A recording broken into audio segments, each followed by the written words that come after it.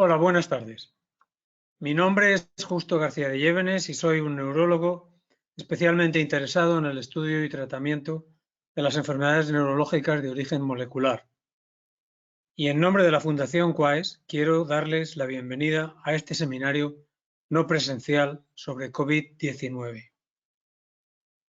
Hace unos meses, antes de las Navidades, celebramos ya un primer seminario que fue seguido con mucho interés y por una amplia audiencia, y que versó fundamentalmente sobre las características clínicas de la COVID-19 y los mecanismos de protección frente a ella. Hoy, después de más de un año de la explosión de esta enfermedad en varios países de Europa, entendemos que existen elementos nuevos de gran interés relacionados con la fenomenología de la enfermedad y con su prevención. Y con la discusión y a la discusión de estas novedades dedicaremos esta jornada.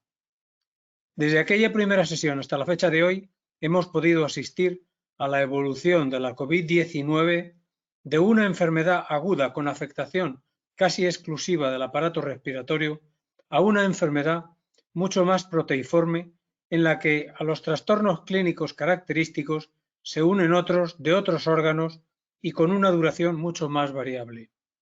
Esta variedad de fenómenos clínicos, unido a la cronicidad de los síntomas y a las medidas de distanciamiento social adoptadas para el control de la epidemia, han producido importantes trastornos psicológicos contra los que es difícil luchar en las condiciones actuales. Junto a los elementos de preocupación también han aparecido otros de esperanza. A los países de la Unión Europea han llegado hasta la fecha varios tipos de vacunas que se han desarrollado en el intervalo increíblemente corto de menos de un año y que se han producido, distribuido y administrado en número de centenares de millones de dosis. Estas vacunas han modificado ya las curvas de mortalidad en las poblaciones de alto riesgo, pero como todo medicamento no están exentas de producir algunos efectos secundarios que a veces se han magnificado bajo la lupa de los medios y las redes. Para discutir estos temas contamos hoy con la presencia y la grata compañía de tres grandes expertos en estos temas. Son el profesor César Nombela, catedrático de microbiología de la Facultad de Farmacia de la Universidad Complutense, presidente del CSIC, ex rector de la Universidad Internacional Menéndez Pelayo y expresidente del patronato de la Fundación Quaes. El profesor Nombela une a su mucho saber una gran capacidad de comunicación, como prueban sus lúcidas columnas en varios medios de difusión nacional. Y también nos acompaña la doctora Amparo García, médico por la Universidad de Valencia, especialista en medicina de familia y responsable del Centro Campanar y del Grupo Ascires. Y la psicóloga María Fuerte, licenciada en psicología. María Fuertes por la Universidad de Valencia, que ha sido durante muchos años directora de la Residencia Virgen del Camino y quien, además de ser la madre de 10 hijos, enhorabuena a usted y a su esposo, tiene todavía fuerzas y tiempo para colaborar con algunas entidades desinteresadas como Abado, Asociación Valenciana de Personas Ostomizadas, y APSA, Asociación de Ayuda Directa a la Inmigración Africana.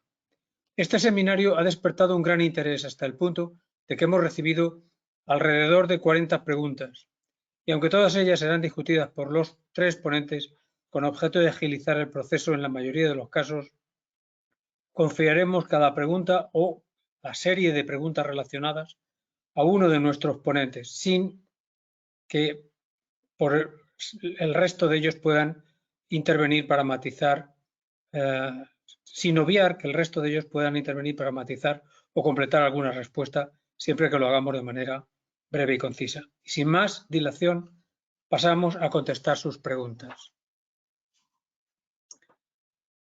Por ejemplo, podemos empezar con los niños. Hay una serie de preguntas relacionadas con los niños. María pregunta que qué secuelas, si las hay, pueden tener los niños que han pasado la COVID de manera asintomática. Lorena nos pregunta por los hijos adolescentes. Dice que sus hijos han pasado la enfermedad, pero que en este momento tienen anticuerpos negativos. Que cómo se explica esto y que si puede ser que no tengan ningún anticuerpo. Mercedes nos pregunta si es preciso vacunar a los niños. Me pregunto si la doctora Amparo García podría responder esta serie de preguntas. Claro. Buenas tardes a todos y agradecer de nuevo la invitación para participar otra vez en esta webinar. Y nada, pues contestando a la pregunta, secuelas en los niños. Es verdad que los niños, adolescentes, es una población poco afectada por el virus, no se ha cebado mucho en este sector de la población, la mayoría de los casos son leves o asintomáticos y secuelas, pues está empezando a hablar, bueno, desde hace ya unos meses de pacientes que continúan con síntomas después de 4 semanas de haber pasado ya la infección aguda, pues consistentes en a lo mejor dolor de cabeza, más frecuencia de dolor de cabeza, dolores musculares o articulares, fatiga. Entonces, en déficit de atención, igual que pasa en adultos, puede pasar en los niños. Lo que pasa es que de momento yo creo que falta experiencia en ver que estos pacientes vienen a la consulta para consultar esos problemas. Sí que se han detectado algunos casos de una fatiga crónica y debilidad muscular en miembros inferiores, que va mejorando progresivamente. Se les puede realizar rehabilitación. De hecho, hay algunos hospitales que tienen ya las unidades post-COVID, para tratar este tipo de pacientes, pero a nivel ambulatorio yo de momento no estoy viendo nada en este sentido. Sí que he oído hablar, pues eso, de niños con más frecuencia de dolor de cabeza y quizá déficit de atención, pero bueno. Tendremos que ir viendo estos meses lo que iremos aprendiendo de las secuelas o de este tipo de pacientes con esta sintomatología que empieza a venir a consultas. Que tengan anticuerpos, bueno, lo más probable es que que estén todos bien, porque es verdad que son consultas muy poco frecuentes.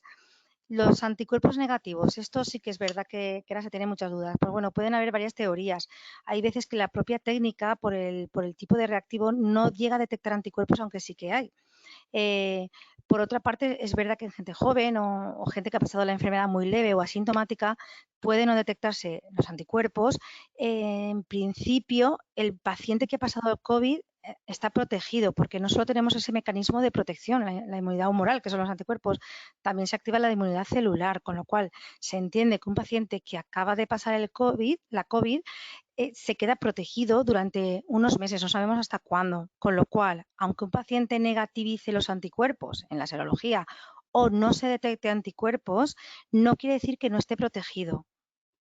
Y luego, en cuanto a la vacuna de los niños, pues seguro, en breve, a lo mejor se inicia con la vacuna. Ahora están empezando en trámites muchos estudios para empezar vacunación en niños. Este tipo de población, por lo que hemos dicho antes, es verdad que se ha visto menos afectada o de forma menos grave con la enfermedad, con lo cual, claro, el desarrollo de estas vacunas ha sido contrarreloj, aunque con todos los pasos que requiere el proceso, pero de una manera por priorizar o por asegurar esas dosis a la población que es más vulnerable, pues se ha empezado por grupos de edad. De hecho, en los estudios de estas vacunas, las muestras de los pacientes pues no incluían gente de edad pediátrica o embarazadas, pero ahora sí que en todas las vacunas y más, pero en todas las que están ya ofreciéndose en la Unión Europea, en España, ya se están realizando estudios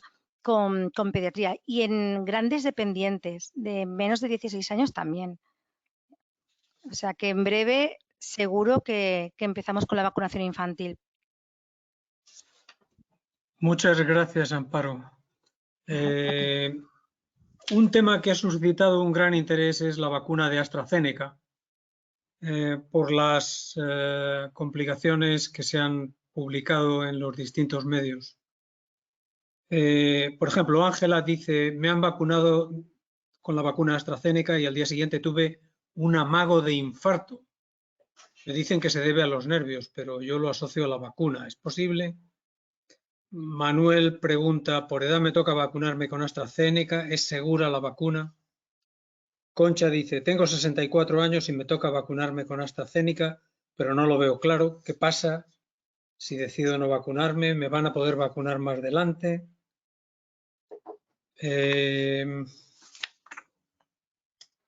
Sacramento pregunta, me gustaría tener información respecto a la fiabilidad de las vacunas de AstraZeneca, grupos de edad, consecuencias, efectos secundarios relacionados con la trombosis.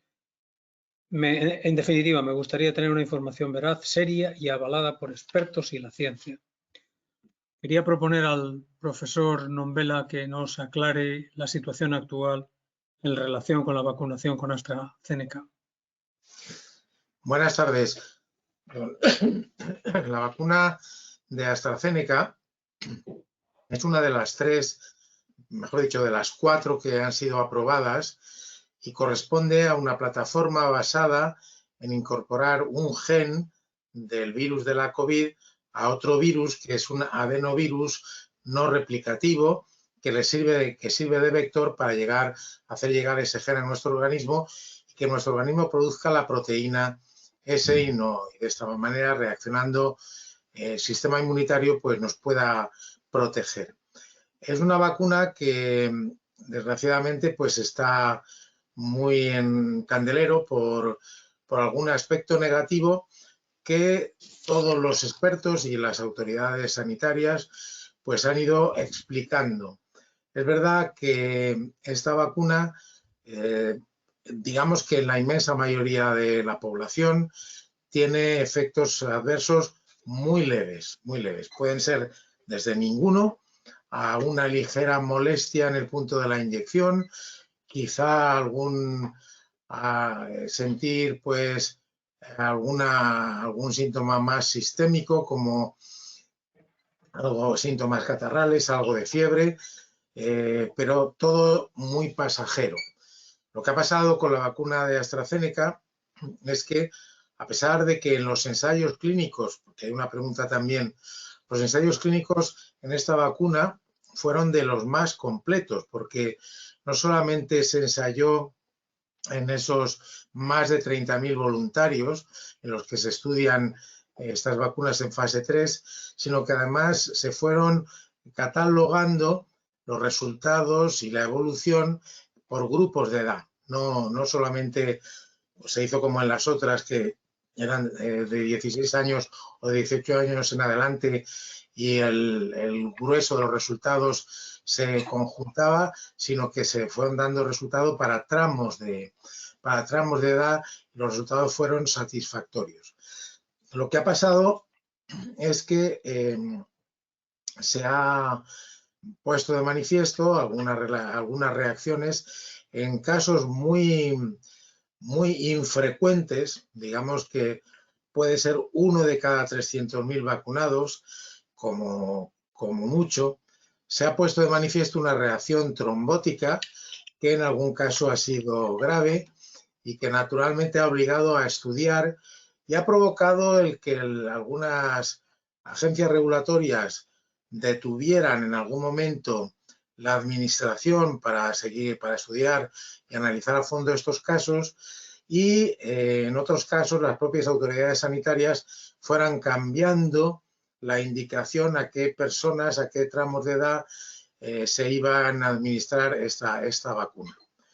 El resultado es que podemos seguir calificando la vacuna de suficientemente segura y suficientemente eficaz. La eficacia es mayor del 80% en el sentido de que protege con gran intensidad frente a contraer la infección y, por supuesto, a contraerla en sus formas más graves que requieren hospitalización y que llegan a otros extremos. En este sentido, una persona que pregunta si se vacunó y tuvo un amago de infarto de manera inmediata. Realmente las reacciones trombóticas que se han podido apreciar han transcurrido en todos los pocos casos en que se ha demostrado al cabo de más de una semana. Por tanto, de manera inmediata, yo entiendo que los médicos que atendieron a esta persona y que pudieron diagnosticar el amago de infarto, pues pudieron establecer la situación, pero me parece que no es, por la información que tenemos, atribuible a esta vacuna. Por lo demás, esto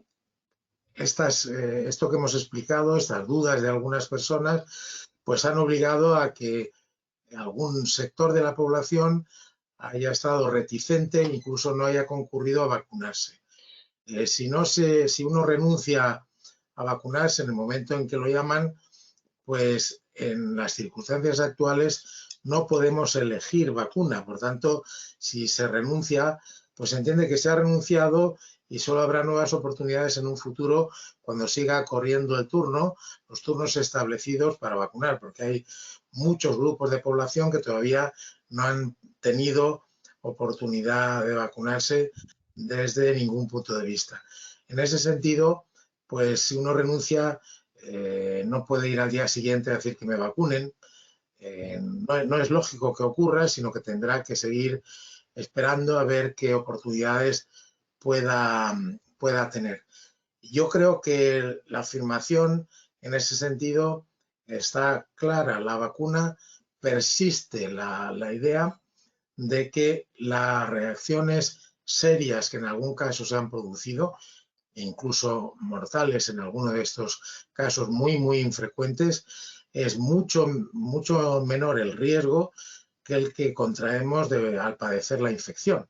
Si padecemos la infección, el riesgo de trombosis, el riesgo de otras manifestaciones inflamatorias del proceso es de un porcentaje de los afectados, desde luego está mucho más alto que lo que es el que una persona de 1 en 300.000. No obstante, también es verdad que está progresando el estudio de estas reacciones adversas y muy probablemente ya se empiezan a publicar algunos datos de a qué se debe. Son unas reacciones especiales frente a algún componente de la sangre, el factor que se llama FP4, que interactuando con la heparina da lugar a una respuesta inmunitaria que activa pues, el proceso trombótico. Si ese tipo de estudios siguen progresando, pues muy probablemente los casos en que se pudieran presentar este problema se podrían tratar con eficacia y con rapidez. Muchas gracias, César.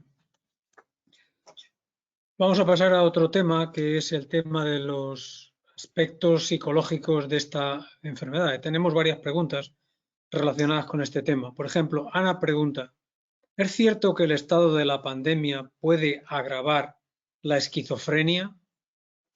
Gloria dice, vivo sola. ¿Es posible que de estar tanto tiempo sola en casa ahora me cueste más hablar? Mercedes dice, las personas con retraso mental es muy difícil que se dejen la mascarilla quieta y puesta.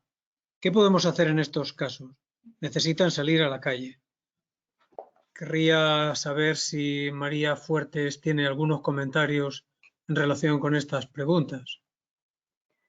Buenas tardes. Ante todo, mi agradecimiento por esta invitación. Me siento privilegiada sintiéndome entre todos vosotros. Para mí, sabios verdaderos, ¿no? Bien. Voy a responder a Mercedes, que es la segunda pregunta que tú me has planteado justo.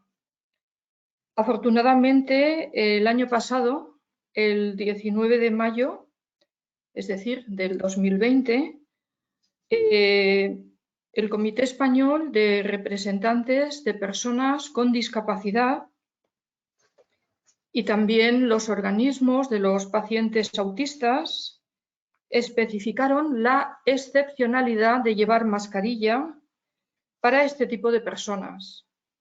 Bien, personas que tienen discapacidad o pueden tener alteraciones importantes de la conducta.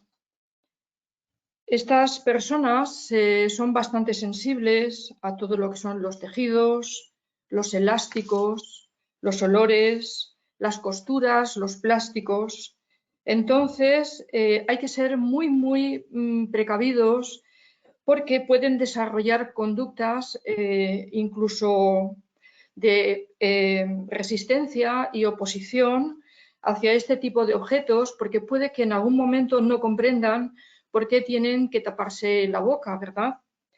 Convendría llevar con nosotros, si paseamos con un niño o con un adulto con estas características, llevar un certificado oficial del reconocimiento de la discapacidad y, si es posible, la prescripción de un profesional sanitario o social. Respecto a la pregunta que también me habías comentado, creo que me has dicho que se llama Gloria, esta persona que vive sola. Quisiera descartar, esta persona no indica la edad que tiene. Quisiera que descartáramos en primer lugar un problema de salud, un deterioro vocal, que es un proceso natural por el envejecimiento.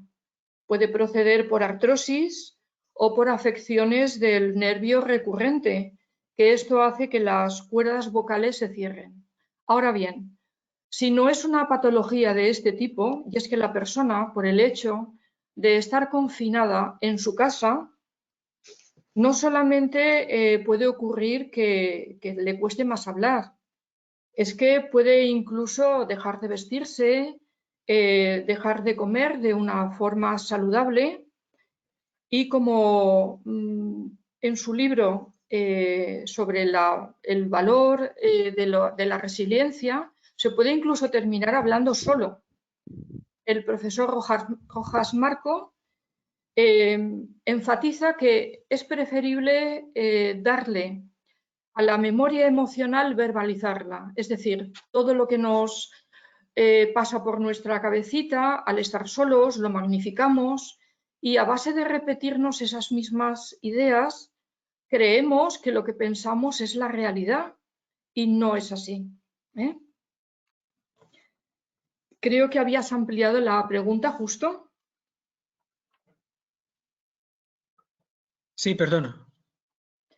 Sí, me habías comentado esta persona, Gloria, que era la que tenía este problema en su hogar, y no sé si me has nombrado también a otra persona que tiene 74 años. Sí, tengo 74 años y con lo del COVID me da miedo salir de casa. Mis hijos Perfecto. me lo traen todo a casa. ¿Qué puedo hacer? Sí, bueno, en primer Vicenta. lugar, el miedo, esta emoción, es adaptativa. Gracias al miedo, no solamente que tomamos medidas para cuidar de nuestra salud, sino que puede salvar la vida, no solamente nuestra, sino de las personas que tenemos a nuestro cuidado. Ahora sí, hay que tener cuidado con que este miedo no se convierta y controle nuestra vida. ¿Qué podemos hacer en este caso? Le respondería yo a Vicenta. Pues mira, que mantenga las rutinas y las obligaciones de cada día.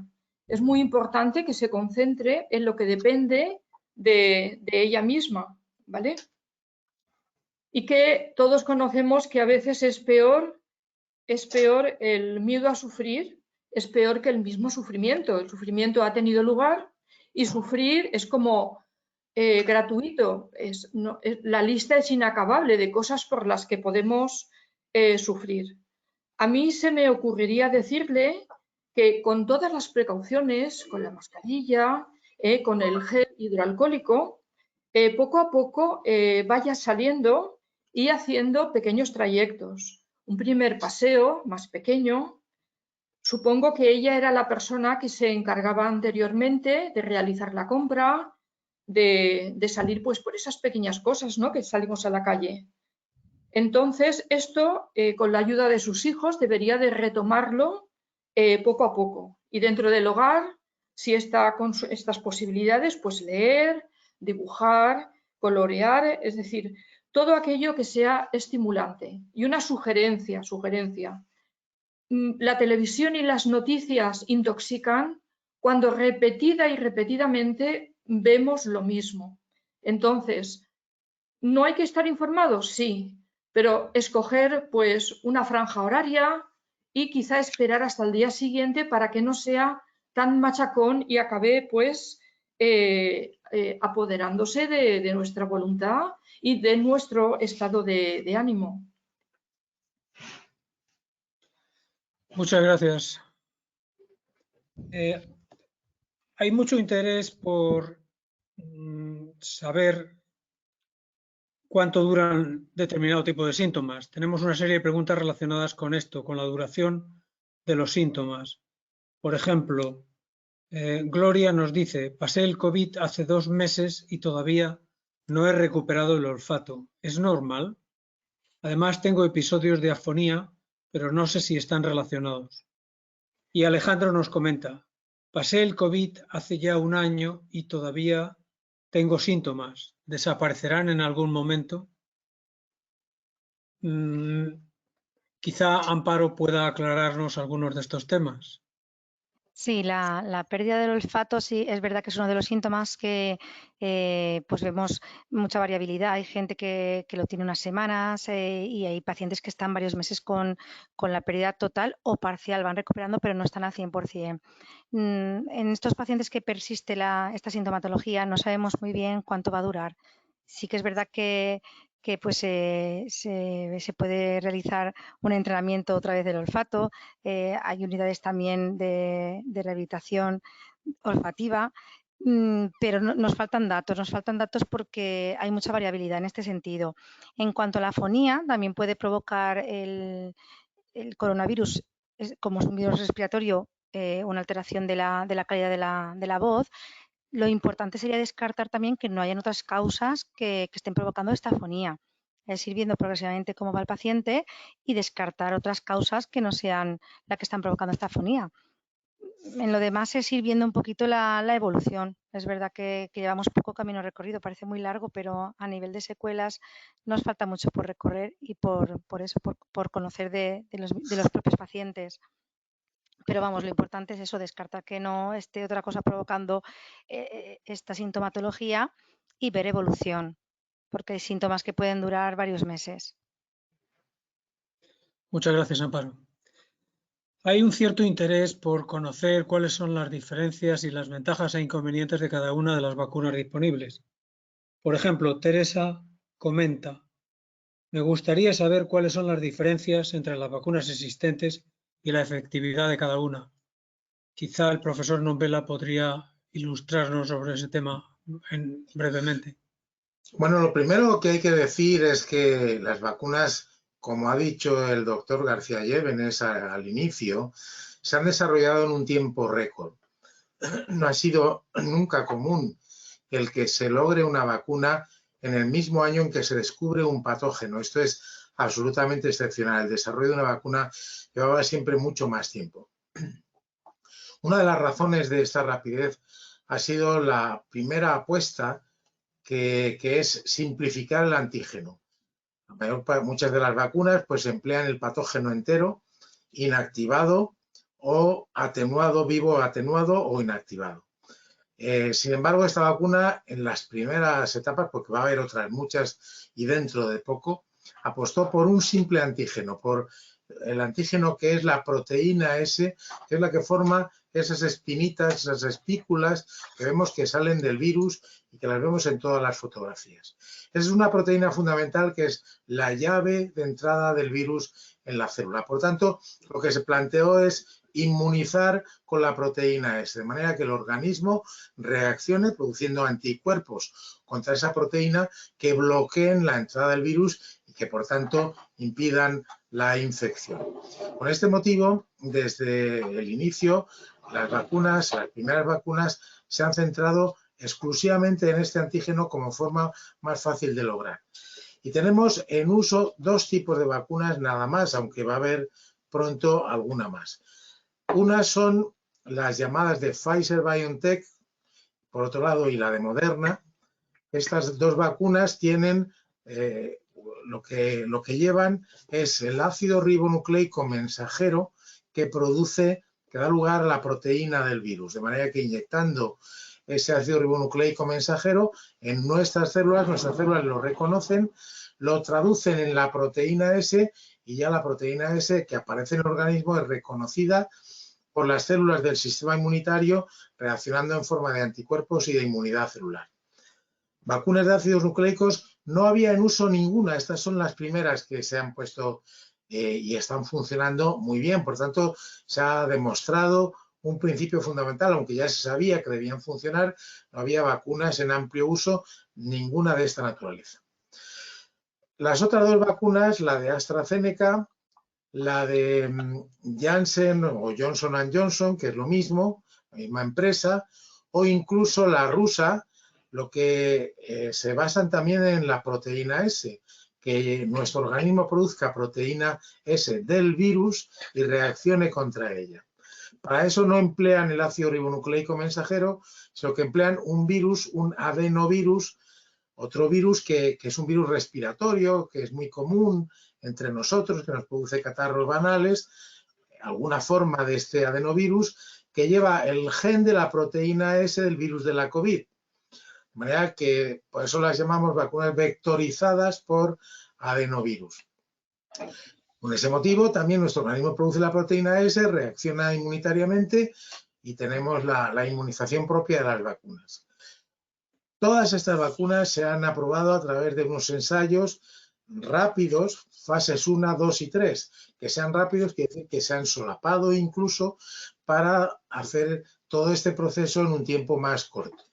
Pero todas las exigencias habituales se han implementado para la aprobación de estas vacunas, especialmente esa fase 3 en la que se vacuna a más de 30.000 voluntarios con cada una de ellas y se les observa, se les compara con otros no vacunados y se les observa si realmente los no vacunados desarrollan la infección en mucha mayor proporción que los vacunados, y así ha sido.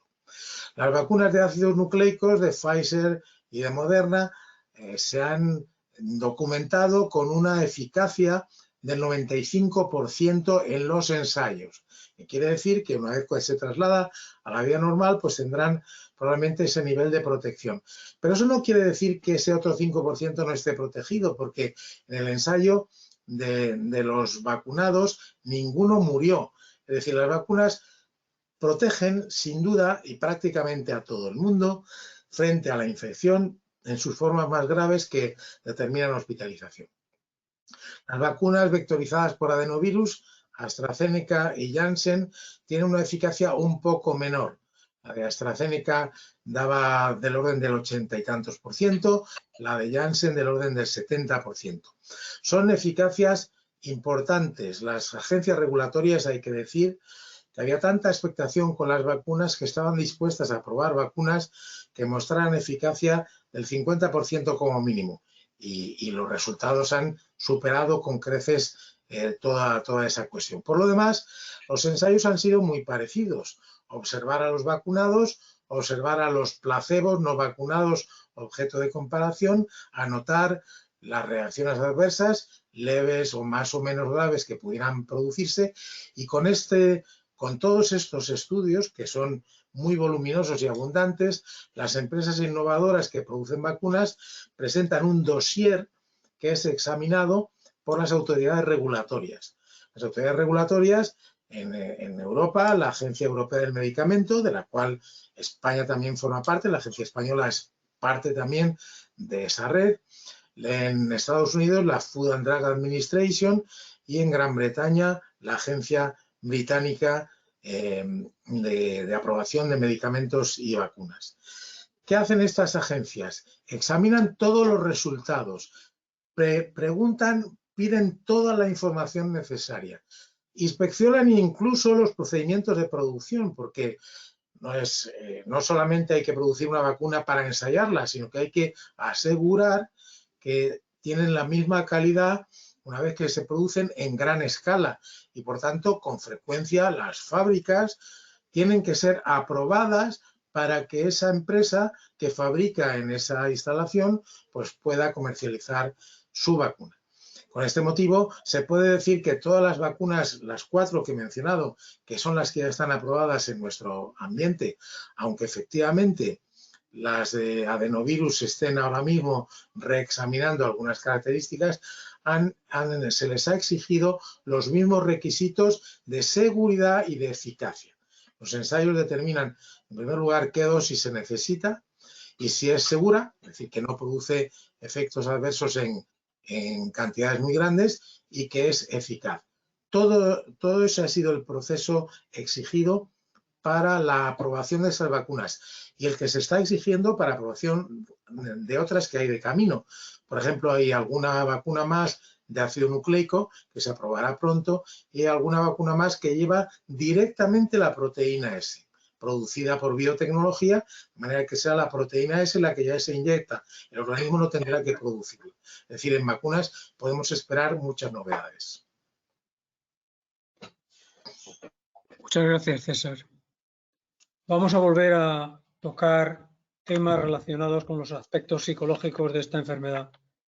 Y, por ejemplo, Laura nos pregunta, tengo niñas pequeñas, ¿algún consejo para que no tengan, debería ser, tanto miedo al virus? Desde que estuvimos en casa encerrados no quieren salir a la calle. Y Cristina comenta, hoy soy profesora y los adolescentes no les veo nada concienciados con el tema. Creo que se debería hacer algún tipo de charlas para que tomen concienciación. ¿Saben de algún sitio donde se pueda recoger información para darles en clase? Quizá María pueda ayudarnos con estas preguntas. Muy bien. Voy a responderle primero a Laura, porque se refiere a unas niñas que entiendo más pequeñas. Posteriormente le responderé a la profesora con sus adolescentes, ¿verdad? Son edades muy dispares en cuanto a comportamientos. Lo primero es decirle a Laura que si sus niñas prefieren quedarse en casa jugando, que en principio no es preocupante y que pensemos las veces que habrán oído para conseguir conformidad y que se quedaran en casa. ¿Cuántas veces les hemos dicho que el virus es un bicho muy malo que mata a las personas?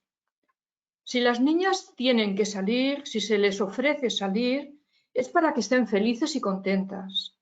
Hemos de tener también un margen, una expectativa realista, porque los niños todos no tienen las mismas reacciones ni son igual de impulsivos, ¿no? Han de sentirse cómodos y también es importante cómo están estas niñas u otros niños de otros hogares, la vivencia actual que tienen en la casa con sus padres, con los hermanitos, con los hermanos mayores, con los abuelos, si tienen la fortuna de disfrutar de su compañía en el hogar. Entonces, hay que tener mucho cuidado con los niños y que esa transición se haga de forma natural. También hay que darse cuenta de que hay niños, aunque esto no se menciona mucho, en los adultos sí que se habla del TOC, del trastorno obsesivo-compulsivo, ¿verdad? Los niños también son una población que padece este trastorno, pero hay veces que no es visible y no lo tenemos en cuenta. Hay niños que incluso antes de la pandemia ya sufrían pues, de insomnio, pueden padecer enuresis, eran más temerosos, eran más tímidos.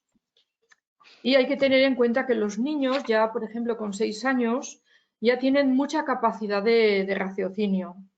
Y luego pensemos que la forma mayor de desahogo de un niño, por niño hago extensivo a niña, los niños, su principal forma de desahogo es a nivel motor, es decir, empezar con pequeños paseos, que se ha llevado a cabo con serenidad y que ellos, yo tengo la confianza que ese afán que tienen por correr, por saltar, por jugar, no todavía de codearse con amiguitos, pero yo pienso que esto va a ser una motivación para que empiecen a acompañar a pasear a los papás o a la persona encargada, pero nunca obligar, nunca obligar. Y vamos a un capítulo que a mí me entusiasma mucho, todo lo que tiene que ver con el mundo adolescente. Sabemos que son un hervidero con su cambio hormonal. Sabemos que están muy en la picota porque suelen ser los más, o se les califica de rebeldes. Yo tengo una esperanza muy grande puesta en la adolescencia, en la juventud, es nuestro futuro. Y en honor a la verdad, no solamente vemos adolescentes con la mascarilla en el cuello, en el codo, de collar, de sombrero, con la nariz fuera. Esto, los adultos, realmente también es una conducta que se da en la población adulta. Sabemos de sobra que no funciona repetir y repetir y repetir. No funciona. Entonces, hay que reflexionar muy profundamente en que nuestros jóvenes, la juventud, tiene una gran característica que es la solidaridad. Creo que es la etapa de la vida en que más de corazón, con más inocencia, con más voluntad se entregan a cualquier tipo de ayuda y de voluntariado, ¿no? Pero ¿qué ocurre con nuestros adolescentes? Pues que todo lo que es la corteza prefrontal madura un poquito más tarde y entonces están como muy impulsados a aceptar conductas de riesgo. La presión del grupo, los amigos que no la llevan, estoy más guapa sin la mascarilla, me ve Pepito. Y con un poco de suerte, si llevan algún grabado o fotografía de los Rolling Stone o creo que se llama esta cantante que es tan famosa entre nuestros jóvenes, no sé si es Rosalía, creo que me equivoco, luego lo intentaré corregir. Entonces, no solamente que no está mielinizada esa zona, sino es que no llega esa madurez hasta los 40 e incluso 50 años, esa corteza prefrontal. De ahí vienen sus decisiones arriesgadas. ¿Qué es lo que podemos hacer? Potenciar realidades grandes, como que han muerto miles de personas, que reflexionen sobre el personal sanitario. También es una forma de proteger pues, a sus madres, a sus novias, a sus novios, a sus amigos, a sus abuelos si los tienen. ¿Recordáis que Tráfico ha empleado a veces el año pasado unas campañas de publicidad durísimas? No sé si recordáis el de las temperaturas. Empezaba hablando pues de qué temperatura pues hay en primavera más o menos, qué temperatura hay en un quirófano, qué temperatura hay en una discoteca, en una UCI, y acababa con una imagen final muy, muy impactante, que era la temperatura de un horno crematorio, que eran los 900, yo creo que más grados, ¿no? Entonces, hay que reconocer que nuestros adolescentes, igual que los mayores, han sufrido el confinamiento de una manera muy, muy especial. Lo que es la deprivación social para los jóvenes, bueno, si tenemos hijos adolescentes, creo que no hace falta abundar en esta explicación.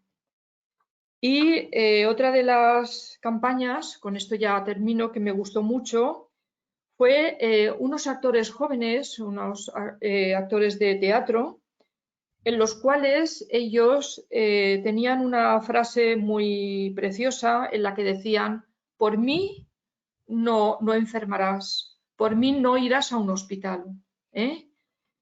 Entonces yo invito a esta profesora, siempre desde la generosidad, apelando a la gran capacidad de su solidaridad, hablarles como lo que son personas, camino de ser adultas, y no demonizarlos, no condenarlos, no estigmatizarlos, porque creo que es lo mejor que tenemos, nuestra juventud.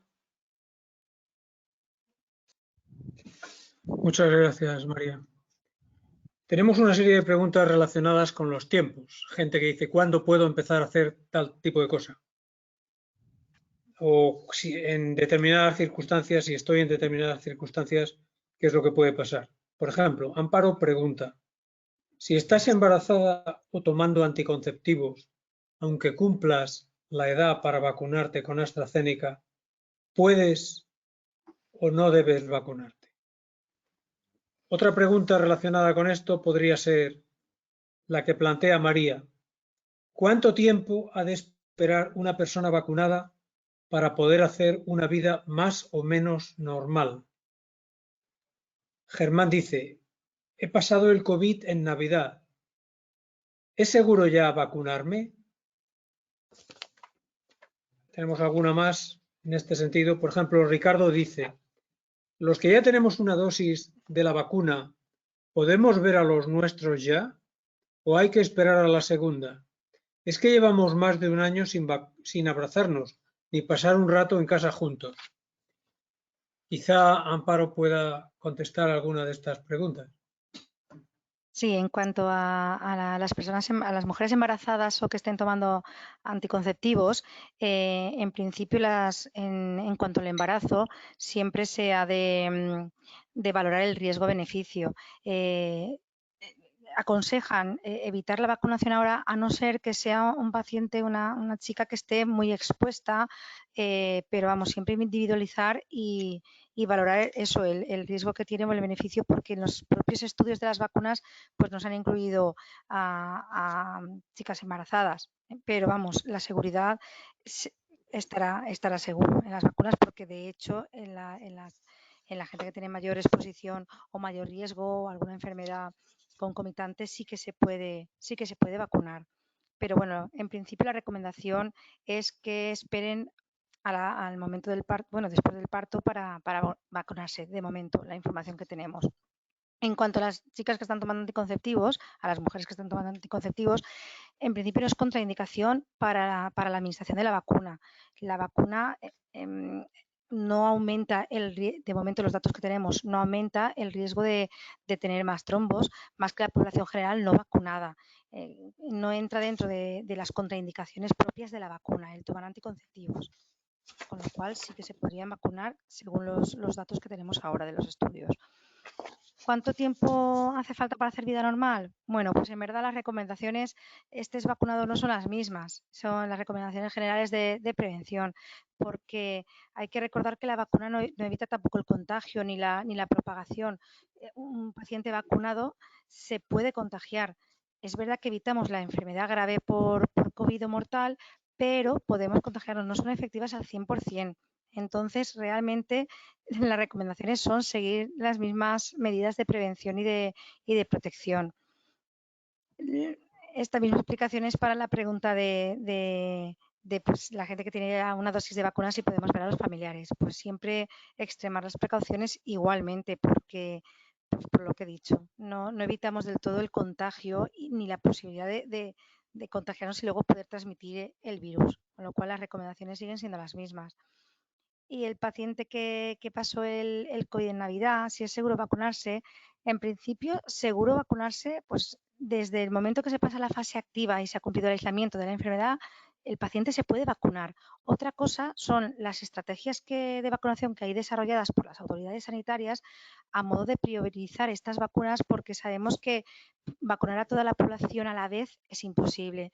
Entonces, una manera de hacerlo ordenada y según la evidencia científica y la ética, pues se han desarrollado estas estrategias de vacunación. La estrategia actual, la última que está aprobada del 30 de marzo, indica que lo recomendable en un paciente que acaba de pasar la infección COVID, si es menor de 65 años, la recomendación es esperar unos 6 meses y poner una sola dosis de vacuna, porque hay evidencias suficientes para demostrar que, primero, porque en estos primeros meses, al haber pasado la infección, se entiende que el paciente está protegido estos primeros meses. Y como que podemos permitirnos, la gente que lo hemos pasado, que lo ha pasado recientemente, el posponer la vacunación. No que no nos vayan a vacunar, pero posponer la vacunación. Y nada, eso, realmente si es menor de 65 años, la recomendación, que no contraindicación, es esperar esos 6 meses. Y en caso de tener más de 65 años, se recomienda la vacunación como si no hubieras pasado el COVID con las 2 dosis. O sea, hay que seguir las recomendaciones de las autoridades sanitarias en cuanto a la estrategia de vacunación. Muchas gracias. Tenemos una serie de preguntas relacionadas con lo que podrían ser discrepancias entre la clínica y la analítica. Por ejemplo, Laura pregunta, mi hija ha pasado el COVID, le han dado el alta, pero la PCR por privado sigue dando positivo.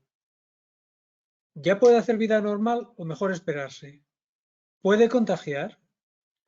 Y Lorena dice, mis hijos adolescentes han pasado COVID, pero la prueba de anticuerpos da negativa. ¿Puede ser que no tengan ningún anticuerpo? Me pregunto si el profesor Nombela nos podría aclarar estas discrepancias. Vamos a ver, una PCR positiva normalmente es indicación de que uno es portador del virus como tal. Que ya se sabe que la muestra se toma con una torunda nasal y que ahí se encuentra el ácido nucleico del virus. Es raro que durante un periodo demasiado largo, sí es verdad que la duración de la PCR positiva en los que han sufrido la infección es variable, pero es raro que el periodo sea tan extenso que durante mucho tiempo, sin síntomas, sin ningún otro signo, siga dando una PCR positiva. Habría que reexaminar qué es lo que puede ocurrir ahí. Y por lo que respecta a, vamos, quiero decir que probablemente hay algún desajuste en la determinación o algo por el estilo y en todo caso que pronto desaparecerá la positividad de la prueba PCR. En cuanto a haber pasado la infección y no mostrar anticuerpos, hay que decir que la reacción inmunitaria, tanto en la infección natural, la infección que se contrae de manera natural, como en la vacunación, pues no todo el mundo responde igual. No todo el mundo muestra un mismo nivel de anticuerpos. Por tanto, puede ocurrir que algunas personas, efectivamente, habiendo sufrido la infección, hace no mucho tiempo, pues den negativos en cuanto a la presencia de anticuerpos. Lo que no quiere decir que no tengan inmunidad, porque efectivamente hay un componente que es la inmunidad celular que se activa ante la presencia del agente patógeno o de sus antígenos por una vacunación, que realmente es una especie de reserva inmunitaria, reserva de memoria inmunitaria que tenemos ahí.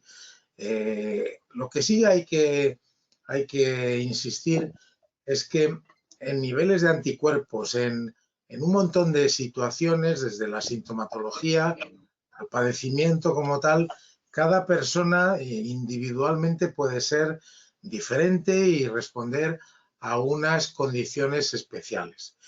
No obstante, lo normal es que si se ha padecido la infección en tiempos no muy alejados de los 3 meses, se muestra un cierto nivel de anticuerpos, eso sí es verdad. Muchas gracias. Por último, Mari Carmen nos plantea el problema de las terapias paradas durante tanto tiempo. Nos dice, las terapias han estado paradas mucho tiempo y los enfermos están anímicamente muy decaídos. ¿Qué podemos hacer para ayudarles? ¿Alguna recomendación, María? Vamos a ver. Mi respuesta, Mari Carmen, sería la siguiente.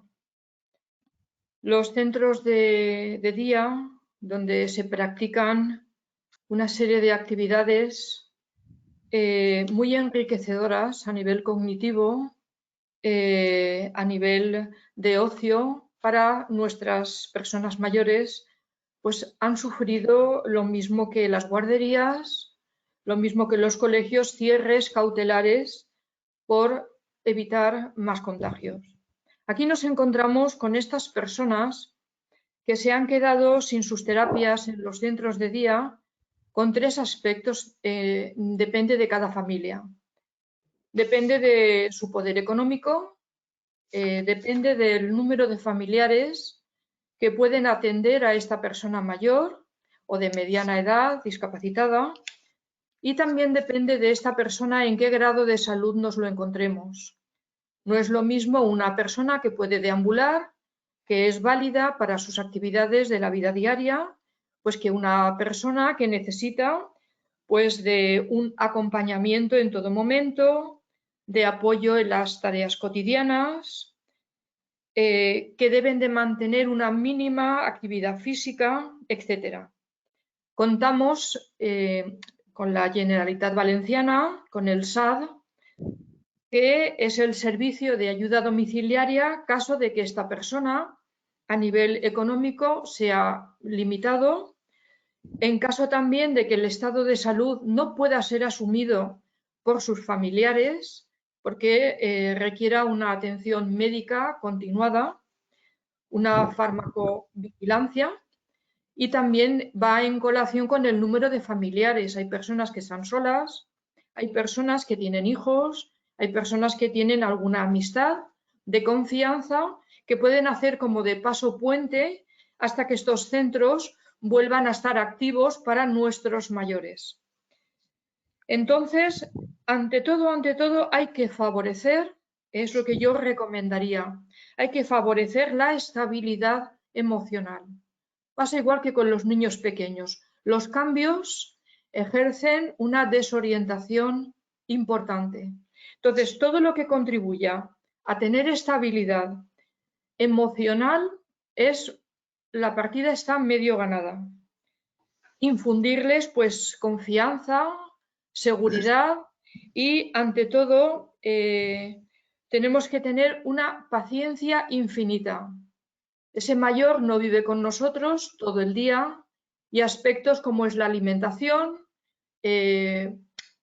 puede crearnos ansiedad por el hecho de que sus habilidades pueden estar mermadas. La tolerancia por parte de los cuidadores, hijos, hermano, esposo, grado de parentesco cual sea, la tolerancia es fundamental. Desde aquí también pido, por favor, no infantilizarlos. Una persona mayor es un adulto mayor. Si los infantilizamos, su autoestima queda dañada, a lo mejor sin fuerzas para decírnoslo, pero es así. Una cosa muy importante es que si tenemos posibilidad de llamarles una vez al día, no solamente llamarles para preguntarles cómo están, no lo reduzcamos a motivos de salud. Podemos preguntarles que nos recuerden cómo es ese plato tan estupendo que nos hacía, si es, por ejemplo, nuestra madre o es nuestra abuela, pues una receta de dulce, algún pastelito que ella hacía, algún plato delicioso como puede ser un cocido yaya, o tía, ¿cómo lo hacías para ayudarle a rememorar, evocar, organizar en su mente? Pues mira, pones primero el tomatito, luego pones el conejo o luego pones un ajito, es decir, ayudarles a pensar. Este tipo de conversaciones refuerzan su valía de una manera increíble, es decir, son útiles, les necesitamos. Ya, ¿cómo hacías esa paella tan buena que nos chupábamos los dedos, ¿no? Y no solamente también puede inspirarles a hablar una receta de cocina, sino las historias pasadas, episodios que hayamos vivido con ellos maravillosos. Ya, cuando nos íbamos a jugar a tal sitio que tú nos llevabas, es decir, no únicamente ya, ¿cómo estás? ¿Qué te duele? Adiós, muy buena, sino dedicar, programarlo sin prisa, no en un momento que nos tengamos que ir al trabajo o el momento en que tengamos que recoger a los niños del colegio, sino reservar, por ese amor tan grande que ellos nos han dedicado, los que hemos tenido la gran fortuna de disfrutarlos, y nunca es tarde además, ¿verdad?, para que ellos estén en nuestras vidas.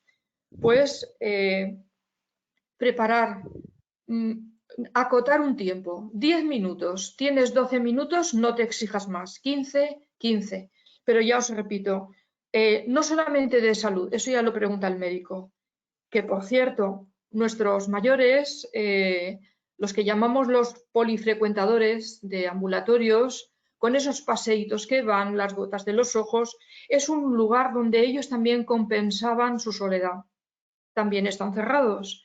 Entonces, digamos que todas las ventanitas por donde ellos respiraban las tienen de alguna forma cerradas, excepto el teléfono, ¿no? Y las cosas que podemos hacer, quienes podamos tener la suerte de visitarles, pues creo que ya lo he recomendado antes. Lo que es, pues, manualidades, dibujar, todo pasa por las rutinas. Sé que lo he dicho varias veces, pero es que inclusive con los niños. Y ya no solamente para personas mayores. Cuando una persona de nuestra edad está teletrabajando en casa, está realizando, en fin, tareas varias, el pijama fuera, por favor. Nos levantamos, nos aseamos, los pijamas fuera, nos ponemos guapas, nos peinamos, nos vestimos, nos sentamos al teletrabajo. Es decir, procuremos no caer en la desidia, en el abandono, porque es que nos entristecemos hasta las personas de mediana edad, no solamente los mayores. Y paso ya, es una respuesta más breve, a Ana, en la que me habéis preguntado si el estado de la pandemia puede agravar determinados estados mentales, ¿no? Concretamente la esquizofrenia. Yo me atrevo a decir que no solamente la esquizofrenia, sino también los trastornos bipolares, los depresivos y aquí, más que nunca, si he recomendado antes cuidar el entorno y el equilibrio, aquí lo pediría con mayor rigor. Estas personas viven absolutamente del orden, de encontrar sus cositas en los mismos sitios, de tener sus mismos recorridos, de tener sus mismas rutinas. Entonces es verdad que ha habido una casuística en la que ha habido pues una mayor incidencia de visitas a urgencias, hay riesgo de recaídas, algún que otro ingreso hospitalario, pero recalcamos esto, la tranquilidad, el procurar que estas personas tengan lo que es su entorno con la accesibilidad lo mayor posible parecida a lo que hasta este momento han podido vivir, bien en su hogar, bien en los pisos tutelados, lo más próximo a la vida que conocen. Muchas gracias, María. Hemos llegado ya al final de nuestro tiempo, pero no querría yo que nos fuéramos sin una última intervención. Algunos de nuestros visitantes nos preguntan cosas relacionadas con el origen de esta epidemia y con el tiempo de duración de la epidemia. Por ejemplo, Lola pregunta, ¿al final podría ser que se tratara de un virus de un laboratorio o es de cierto que es de origen animal? Todo el tema de la Organización Mundial de la Salud es muy oscuro. Y Teresa nos pide que saquemos la bola de cristal y que digamos, ¿cuánto tiempo más creen ustedes que durará esta pandemia? Entonces, en relación con estas dos preguntas, yo no quería dirigirlas a ninguno de los ponentes, sino a los tres. Pero la respuesta que espero de ellos es que sea una respuesta súper breve. Por ejemplo, ellos podrían decir, la primera parte, el virus es de origen animal o de origen humano, y a la segunda pregunta podrían responder, la pandemia durará menos de 6 meses, entre 6 meses y 5 años o más de 5 años. Amparo, ¿quieres empezar? Sí, claro. En cuanto al origen del Con este doble desafío adivinatorio. En cuanto al origen del virus, no, a ver, no tenemos la certeza. Lo que pasa que entiendo las dudas y la desconfianza, porque es una situación a la que no nos habíamos enfrentado nunca, con lo cual, pues sí, las dudas ahí están. Pero bueno, en cuanto a la duración de la pandemia, ojalá pudiera resolver yo esa cuestión. Tampoco lo sabemos. Depende de las variantes, de cómo se vaya desarrollando todo, va cambiando el día a día, vamos aprendiendo el día a día. Con lo cual esperemos que todo mejore conforme nos vayamos vacunando, pero es una incertidumbre también. Yo creo que vamos a aprender a vivir con ello. Ojalá lleguemos a ser como la gripe, que podemos no saturarse la sanidad y poder convivir con ello más tranquilamente. Muchas gracias. César, ¿quieres arriesgarte un poco? Sí, toda la lógica indica que el virus procede del murciélago que dio el salto a la especie humana.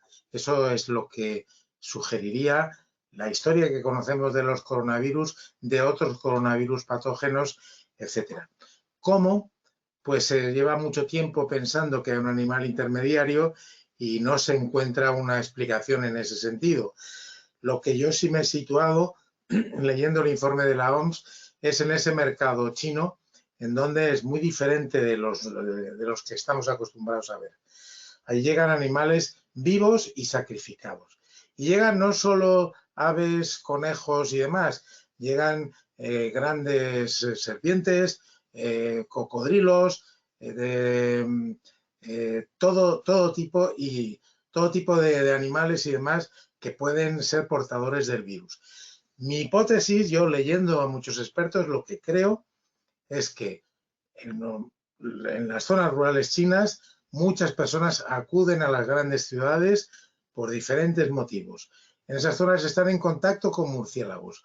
Alguien ha podido incorporar algún virus de estos y irse modificando en el curso del desarrollo en esa persona hasta llegar a hacerse contagioso entre humanos. Esta es la hipótesis. Ahora, la OMS no se ha pronunciado, ni siquiera ha descartado que sea un escape de laboratorio por falta de precauciones. Ni siquiera lo ha descartado, aunque lo considera altamente improbable. En cuanto a la duración, mi hipótesis es que en el momento en que lleguemos a un 70% o más de inmunizados, que realmente se pueda reducir el contagio y sobre todo la cantidad de enfermos graves, pues podremos descender mucho la intensidad y quizá pasar a una situación más incluso estacional. Lo que pasa es que las variantes nos pueden complicar la vida.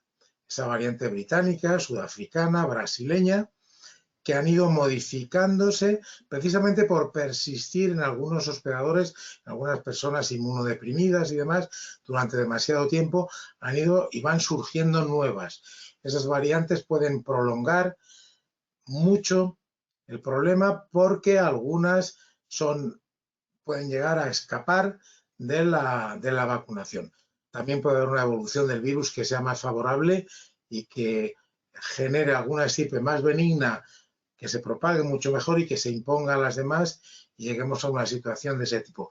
Mi hipótesis es que la pandemia tal como la conocemos y el agobio que tenemos, pues si llegamos a inmunizar adecuadamente, pues no sea mucho más de esos 6 meses que decía el doctor García Llévenes, pero bueno, tampoco tengo una bola de cristal, claro. Por último, María, tus opiniones sobre este Muy tema, bien. sobre estos temas. Comprenderéis que me abstenga en cuanto a la duración de esta pandemia, pero sí que os traigo una especie de obsequio final. Es un relato que sirve tanto para niños como para adolescentes. Es un libro gratuito y que fue publicado en el año 2020, concretamente el 9 de abril. 50 organizaciones del sector humanitario, entre ellos Organización Mundial de la Salud, la UNICEF, el Fondo de Naciones Unidas, Cruz Roja, Media Luna Roja, no puedo extenderme más, siguiendo las recomendaciones de Justo. Es un libro que se llama Mi héroe eres tú. De momento está editado en 6 idiomas y está previsto en breve que se traduzca a 30 idiomas más.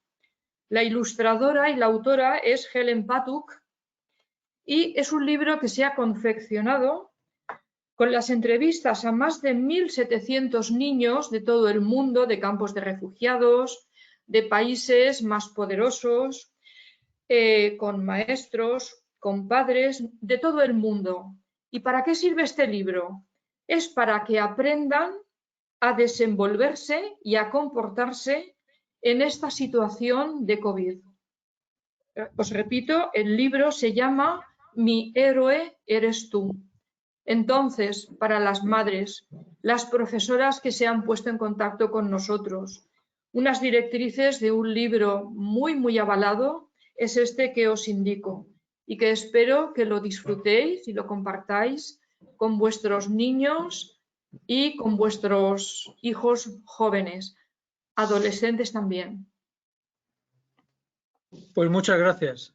Vamos a dar por finalizado esta reunión.